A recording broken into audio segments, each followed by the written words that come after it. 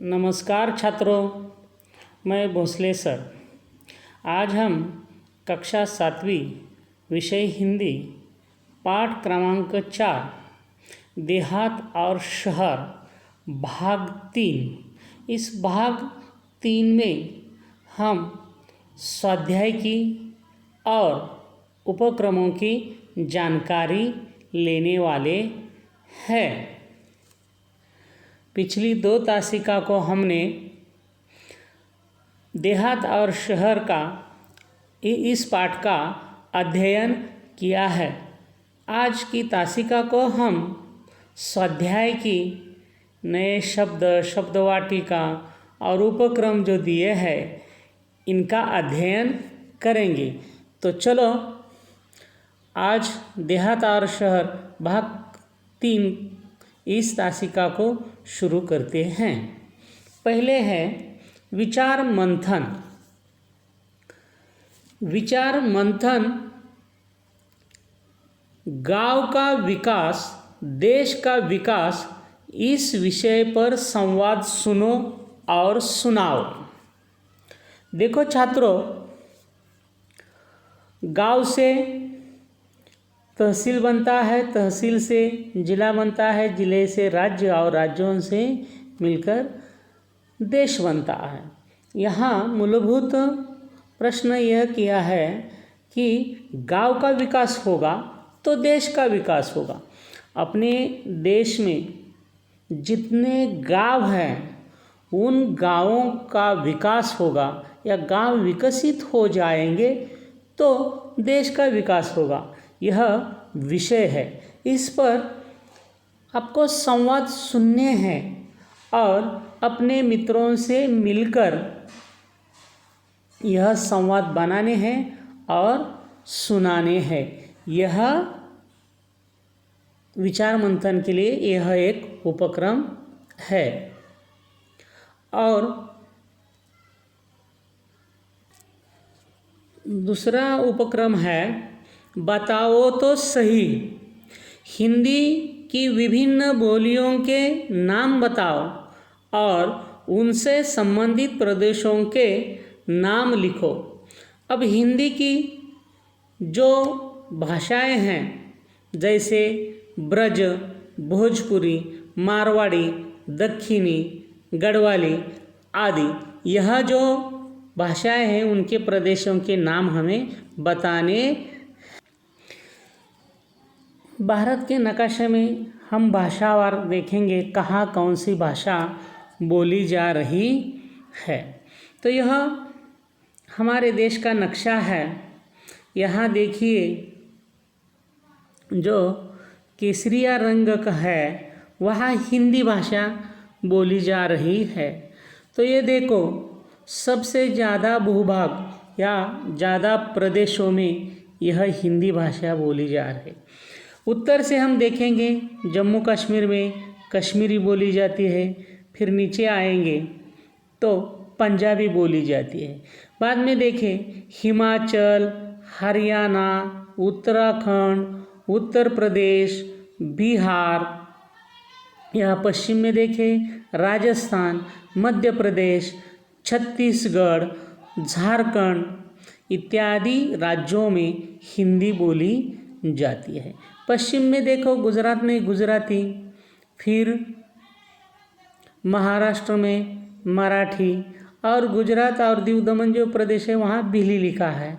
फिर महाराष्ट्र में दक्षिण की ओर गोवा राज्य है, वहाँ कोंकणी, और महाराष्ट्र में भी कोंकणी बोली जाती है।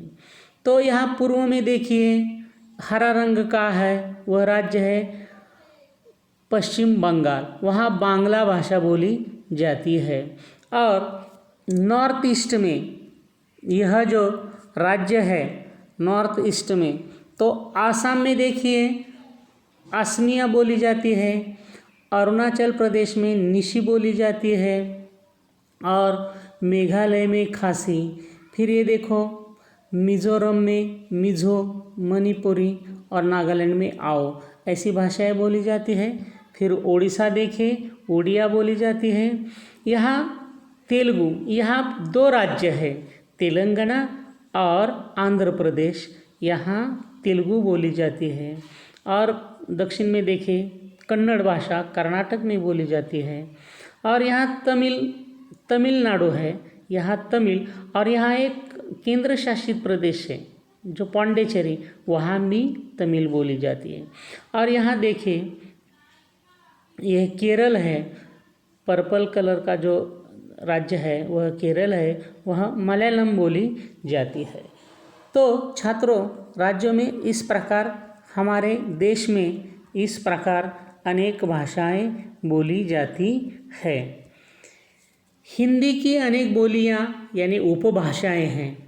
भारत में कुल 18 बोलियां हैं, जिनमें अवधी, ब्रजभाषा, कनौजी, बुंदेली, बघेली, हड़ौती, भोजपुरी, हरियाणवी, राजस्थानी, छत्तीसगढ़ी, मालवी, नागपुरी, खोरटा, पंचपरगनिया, कुमाऊनी, मगही आदि प्रमुख भाषाएं हैं।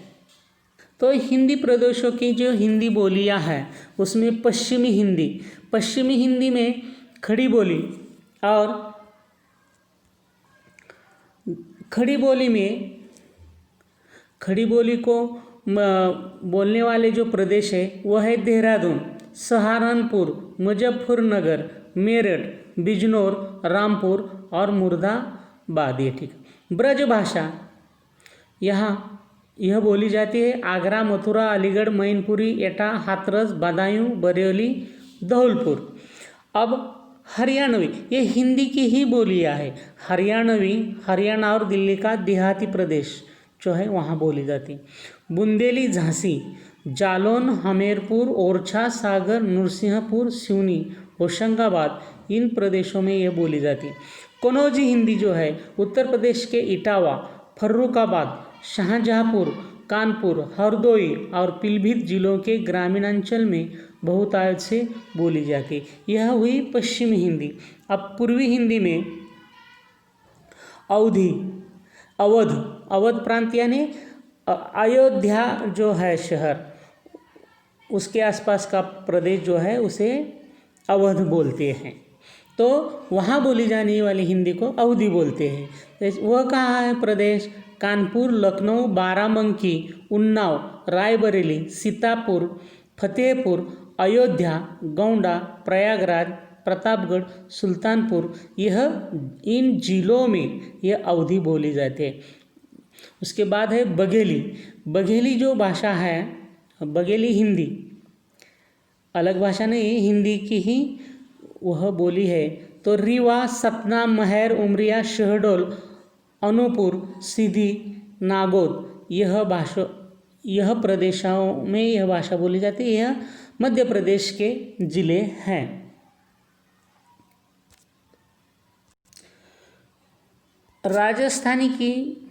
राजस्थानी हिंदी जो है उसमें भी उपप्रकार है। मारवाड़ी भाषा, जयपुरी, मेवाती, मालवी, यह बोली जाती है। पहाड़ी भागों में पूर्वी पहाड़ी जिसमें नेपाली भी आती है, मध्यवर्ती पहाड़ी जिसमें कुमाऊनी और गढ़वाली आती है। यह उत्तराखंड जो राज्य है यह पहाड़ी, कुमाऊनी और गढ़वाली आती है। और पश्चिमी पहाड़ी में जिसमें हिमाचल प्रदेश की अनेक बोलियां आती है। और बिहारी भाषा यानी हिंदी ही है। भोजपुरी, मगही, नागपुरी, गोरटा, पंचपरगनिया आदि भाषा आते हैं। तो हमने आज हिंदी की विभिन्न बोलियों के नाम और उनसे संबंधित प्रदेशों के नाम लिखो, यह जो उपक्रम था उसमें हमने यह जानकारी ली है। तो चलो हम शब्द वाटिका देखते हैं। इस पाठ में जो शब्द आए हैं उनको एक बार दोहराते हैं। पहला शब्द है साझा करना।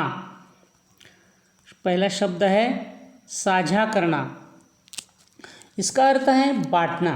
साझा करना इसका अर्थ है बांटना।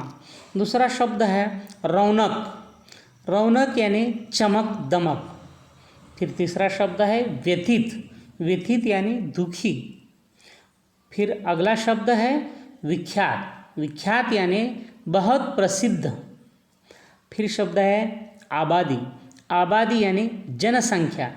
फिर है चिल्लपो, चिल्लपो यानी शोर। अब देखते हैं कहावत। इस पाठ में एक कहावत आई है, वो है चिराग तले अंधेरा, चिराग तले अंधेरा। इसका मतलब है योग्य व्यक्ति के आसपास ही अयोग्यता होना।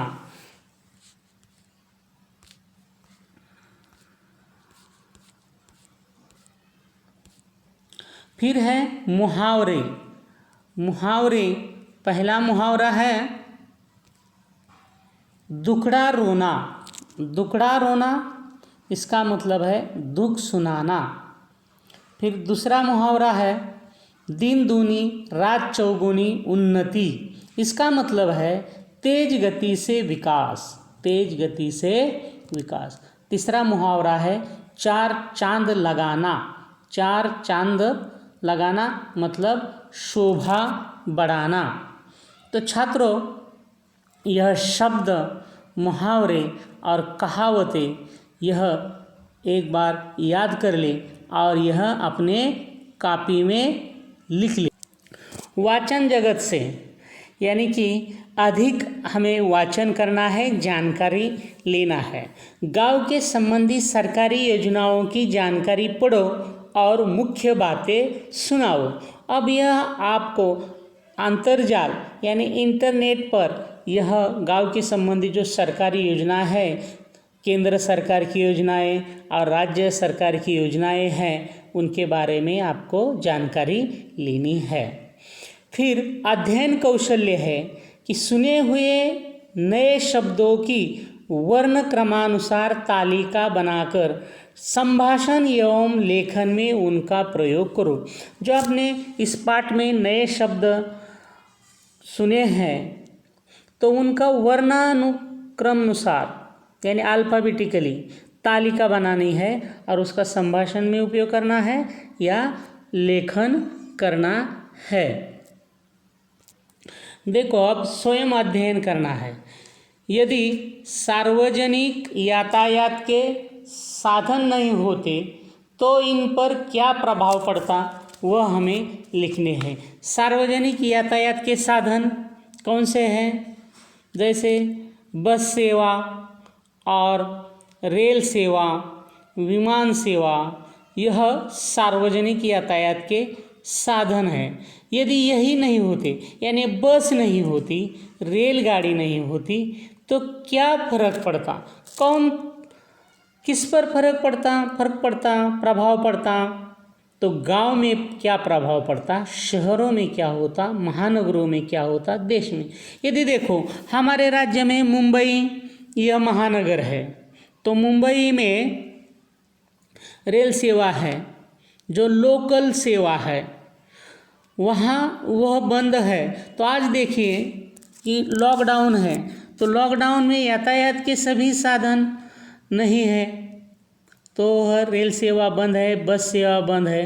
तो यह हम पर कितना प्रभाव पड़ता है। हम दूसरे गांव नहीं जा सकते, जिनके पास कोई साधन नहीं है, वो कैसे यातायात का कोई साधन नहीं, मानो बाइक नहीं है, साइकिल नहीं है, तो वो कैसे जाएंगे। इसके बारे में हम अच्छी तरह से लिख सकते हैं, क्योंकि लॉकडाउन में हमने इनका प्रभाव देखा है, टीवी पर देखा है कि कितने हज़ारों माइल या हज़ारों किलोमीटर पर लोग पैदल अपने गांव गए, कुछ साइकिल पर गए, तो कुछ बीमार थे। ऐसा कितना प्रभाव पड़ा, यह तो हमने अच्छी तरह से देखा है।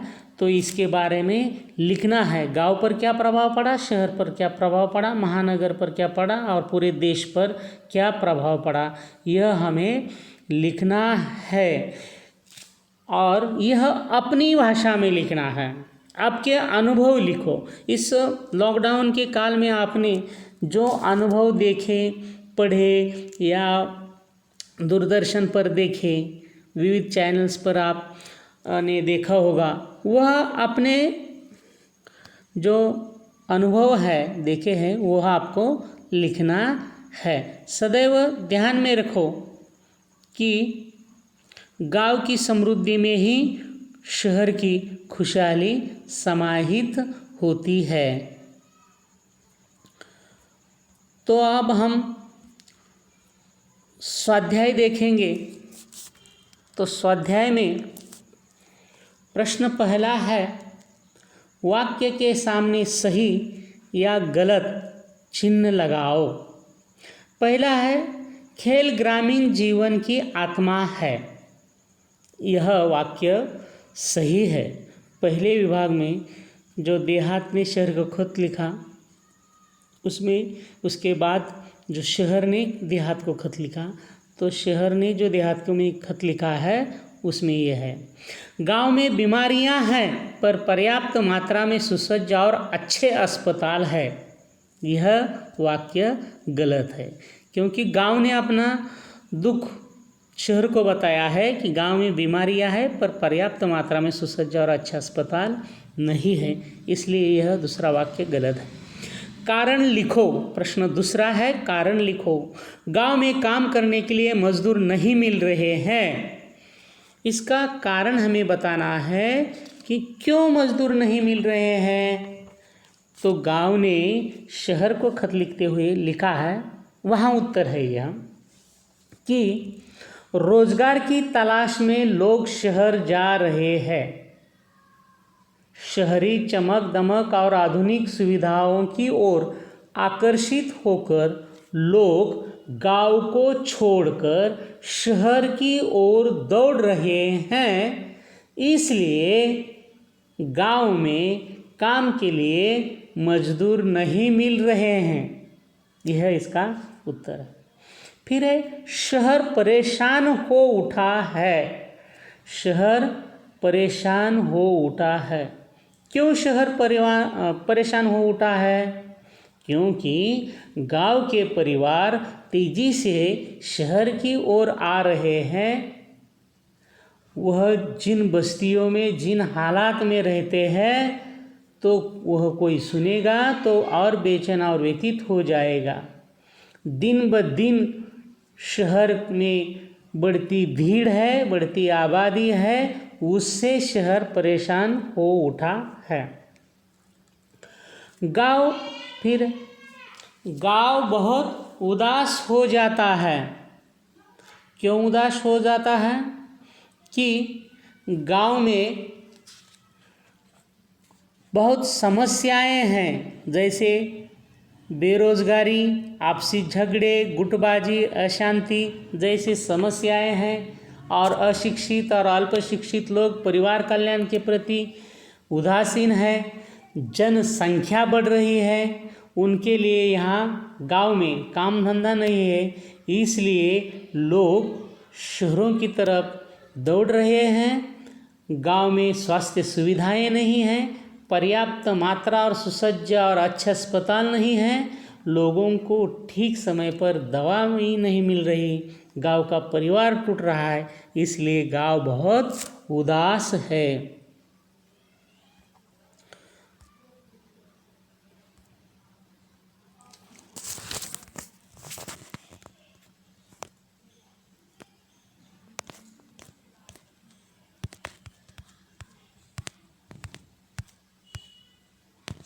तो देखते हैं भाषा की ओर। यह भाषा की ओर है। यहाँ ये स्वाध्याय हमें हल करना है।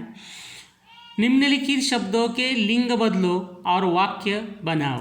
तो पहले लिंग परिवर्तन करना है। नीचे आपको वाक्य लिखने हैं। तो यहाँ देखें कि चाची यह शब्द है। चाची यह शब्द का लिंग परिवर्तन क्या होगा? चाचा। बालक का बालिका, हंसिनी का हंस, ससुर का सास, ऊंट का ऊंटनी, गुड़िया का गुड्डा, अभिनेता का अभिनेत्री, अध्यापिका का अध्यापक। यह लिंग परिवर्तन करना है, लेकिन यह लिखना नहीं है। वह लिंग परिवर्तन कर, यह एक दिया है हल करके। चाचा जी प्रकल्प में मेरा मार्गदर्शन करते हैं, यह वाक्य है। तो इसके आगे हमें क्या लिखना है लिंग परिवर्तन करके? चाची जी प्रकल्प में मेरा मार्गदर्शन करती हैं। इस तरह बालक यह शब्द लेना है, उसका वाक्य बनाना है, फिर लिंग परिवर्तन करके उसका वाक्य पूरा करना है। इस प्रकार हम यह स्वाध्याय हल करेंगे। तो यह जो स्वाध्याय हमें अपनी कॉपी में लिखना है छात्रों, जो हिंदी विषय की कॉपी है उस कॉपी में लिखना है। तो इस प्रकार यह स्वाध्याय हमें वर्ग पाठ की जो कॉपी है उस कॉपी में लिखना है। छात्रों, यह पाठ यहाँ समाप्त होता है। धन्यवाद।